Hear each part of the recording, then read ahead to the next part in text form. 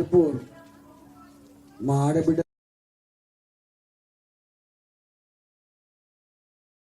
చేతులు పెట్టడానికి వచ్చినాం.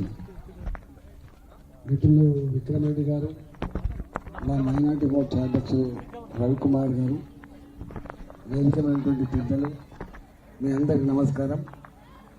నేను మీ పాత ఊరు పూడూరులో ఉంటాను. మన పాత ఊరు పూడూరులో ఉంటా.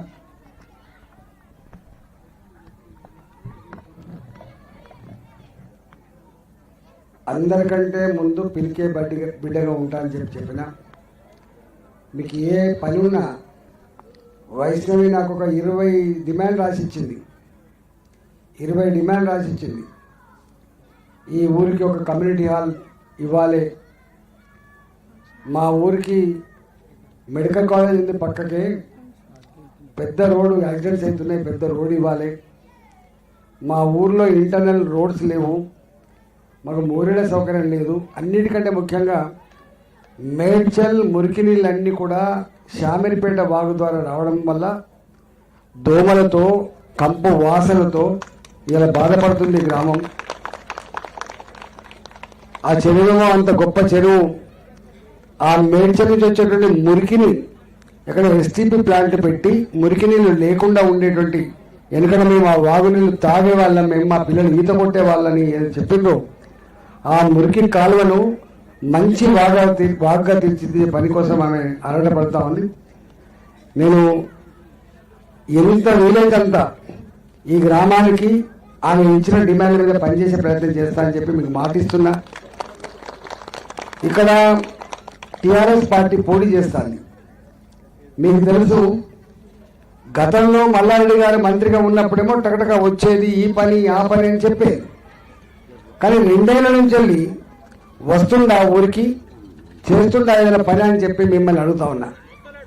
5 పైసల బిల్ల కూడా ఆయన పని చేస్తలేడు. ఎందుకు అంటే ఆయన చేతులు ఏం లేదు ఇప్పుడు. ఏమంటే నేను గెలిచిన నిజమే, కానీ ప్రభుత్వం మాత్రం మాది కాదు, మమ్మల్ని ఎవరు తీర్చలేరు, మా మాటకు విలువ ఇస్తలేరు, మాకు రూపాయి పని చేస్తలేరు. ఇవి నేను అంటలేను, మల్లారెడ్డి గారు అంటున్న మాట. మరి ఆయన చెప్పిన కౌన్సిలర్ మళ్ళీ గెలిపిస్తే ఈ ఎల్లంపేటలో ₹1 పని జరిగే ఆస్కారం ఉంటుందా అని చెప్పి మీరు ఆలోచించాలి.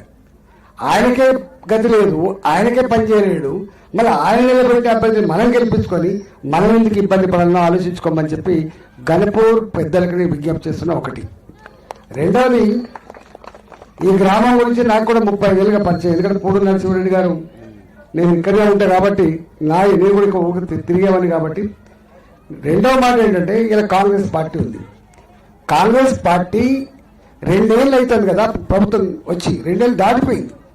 ఎన్ని హామీలు ఇచ్చారు మీరు చెప్పండి. గిరిజన పాలసీ, దళిత పాలసీ, బీసీ పాలసీ, యువ పాలసీ, రైతు పాలసీ, విద్యార్థి పాలసీ, ఎన్నో పాలసీలు ఇచ్చారు. ఈ పాలసీలు గంగల ఓను, కానీ పెన్షన్ ₹2,000 4,000 ఇస్తా అని చెప్పి ఇవ్వలేదు. ఇంతవరకు ఇచ్చినా మీరు చెప్పండి. 4,000 పెన్షన్ 6,000 ఇచ్చినా మీరు చెప్పండి. ఒక్క కొత్త పెన్షన్ అయినా ముసలి తల్లికి, ముసలి తండ్రికి, లేదా భర్తలు వదిలిపెట్టిన ఒంటరి మహిళకి, భర్తలు చనిపోయినటువంటి ఆడబిడ్డకి ఒక్క పెన్షన్ కొత్తది వచ్చింది మీరు చెప్పండి. ఒక పెన్షన్ ఇవ్వడానికి డబ్బులు లేవు, ఇలా రైతు బంధు చక్కగా ఇవ్వడానికి డబ్బులు లేవు, కళ్యాణ లక్ష్మికి తోడుగా బంగారం ఇస్తా అని చెప్పడం అది లేదు. ప్రతి ఆడబిడ్డకి ప్రతి నెల ₹2,500 ఇస్తా అని చెప్పిండు, అది దిక్కు లేదు. ఒక్క మాట చెప్పాలంటే, జీతాలు ఇవ్వడానికి, ప్రభుత్వ ఉద్యోగులకు జీతాలు ఇవ్వడానికి కూడా పైసలు లేవని చెప్తున్న వ్యక్తి ఈ రాష్ట్ర ముఖ్యమంత్రి రేవంత్ రెడ్డి గారు. కానీ నా కోటేస్తే నేను అల్లావుద్దీన్ అద్భుత దీపం ఉన్నట్టుగా అరచేతిలో వైకుంఠం చూపిస్తానని చెప్తున్నాడు. ఈ 2 ఏళ్ల క్రితం ఓటేస్తేనే అద్భుతమైన జరగలే, ఇప్పుడు మళ్ళీ ఆయన ఓటేస్తే అద్భుతం చేస్తా అంటే మనం నమ్ముతామా చెప్పండి? గంత ఇంటి కనబడుతున్నామా చెప్పండి? 5 పైన పిల్లలు ఒకవేళ ఉంటే గింటే చేస్తే గీస్తే ఇవాళ మాలాంటోళ్ళం నరేంద్ర మోడీ గారి ఆశీర్వాదంతో ఈ ఎల్లంపేట మున్సిపాలిటీని ఒక స్మార్ట్ సిటీ కింద తెచ్చుకుంటే, ఒక అమృత్ సిటీ కింద తెచ్చుకుంటే, ఆ నిధులతో ఏమన్నా మీరు చెప్పిన పనులన్నీ చేస్తాం తప్ప, లేకపోతే 5 పైసల బిల్లు లేదు. కొత్త మున్సిపాలిటీ వల్లకాడుగా మారే ఆస్కారం ఉంది, గుర్తుపెట్టుకోండి. రేపు చెప్పొద్దునంటే వద్ద చెప్పొద్దునని మీరు ఆలోచన చేసుకోమని కోరుతున్నాను. అందువల్ల ఇవాళ అంతో ఇంతో ఓ బోర్ వేయాలన్నా, ఓ రోడ్డు వేయాలన్నా, మురికి కాలువ కట్టాలన్నా ఇప్పటికీ నేనే ఈ పని చేస్తున్నట్టుగా ఈ మీ యువకులకు అర్థమవుతుంది. కాబట్టి రేపు కూడా ఇప్పుడు వైష్ణవి ప్రవీణ్ వాళ్ళిద్దరిని చదువుకున్న అమ్మాయి, సంస్కారం ఉన్నటువంటి అమ్మాయి, సభ్యత ఉన్న అమ్మాయి, ఆమె కనుక మీరు గెలిపించి మా చేతిలో పెడితే తప్పకుండా గణపూర్ గ్రామాన్ని ఏ సమస్యలు ఎప్పుడు తీర్చాలో తీర్చే బాధ్యత నాదే చెప్పి నేను మీకు విజ్ఞప్తి చేస్తూ కమలం పువ్వు గుర్తుకు ఓటేయండి. ఎందుకంటే ఇంకా మేము 6 ఊళ్ళు పోవాలి, ఇంకా చాలా ఉంది చెప్పాలంటే, కానీ ఇంకా 6 ఊళ్ళు ఉన్నాయి. ఇక్కడనే మన పక్క తండ ఉంది, ఇంకా రాజపల్లి తండ ఉన్నది, అటుపక్క ఎల్లంపేట ఉన్నది, సోమవారం ఉన్నది. ఇంకా పూరికి పోవాలి కాబట్టి అర్థం చేసుకుంటారని చెప్పి ఇప్పటికే ఆమె ఇప్పటికే ఇంటింటికి పసరా తిరిగి ఉంటుంది. కొంతమంది చెప్తుండట గోల్డ్ పెరిగింది. గోల్డ్ అనేది ఒక హైదరాబాద్కి సంబంధించిన ధరలో, దేశానికి సంబంధించిన ధర కాదు. అది గోల్డ్ మార్కెట్, ప్రపంచ మార్కెట్. అది ప్రపంచంలో ఏ ధర ఉంటే గట్ల డిమాండ్ ఉంటుంది తప్ప గోల్డ్ అనేది మోడీ గారు పెంచుతానో తగ్గిస్తానో. మనం వెండి ఉంది 4 లక్షల దాకా పోయింది, మళ్ళీ 1 లక్ష ఒకసారి తప్పున పడిపోయింది, ₹1,00,000 పడిపోయింది. మన బంగారం ఉండే తప్పున ₹20,000 పడిపోయింది. ఇదంతా కూడా ఒక గ్యాంబ్లింగ్ లాగా, లేకపోతే ప్రపంచ మార్కెట్ మీద ఆధారపడి ఉంటుంది తప్ప మోడీ గారు ఎప్పుడు కూడా ప్రజలకు మంచి చేయాలని కోరుకునే బిడ్డ తప్ప మోడీ గారు ఎప్పుడు ప్రజలకు అన్యాయం చేయాలని కోరుకునే బిడ్డ కాదు.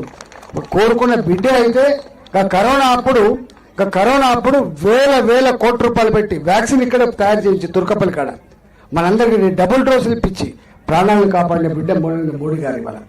కరోనా వచ్చినప్పుడు ఉపాధి లేకపోతే 80 కోట్ల పేద ప్రజానికానికి ఇప్పటికీ 8 ఏళ్ళు అవుతుంది, 9 ఏళ్ళు అవుతుంది, రూపాయి తీసుకోకుండా ప్రతి మనిషికి 5 కిలో చొప్పున బియ్యం ఇస్తున్న మహానాయకుడు మోడీ గారు గుర్తుపెట్టుకోండి.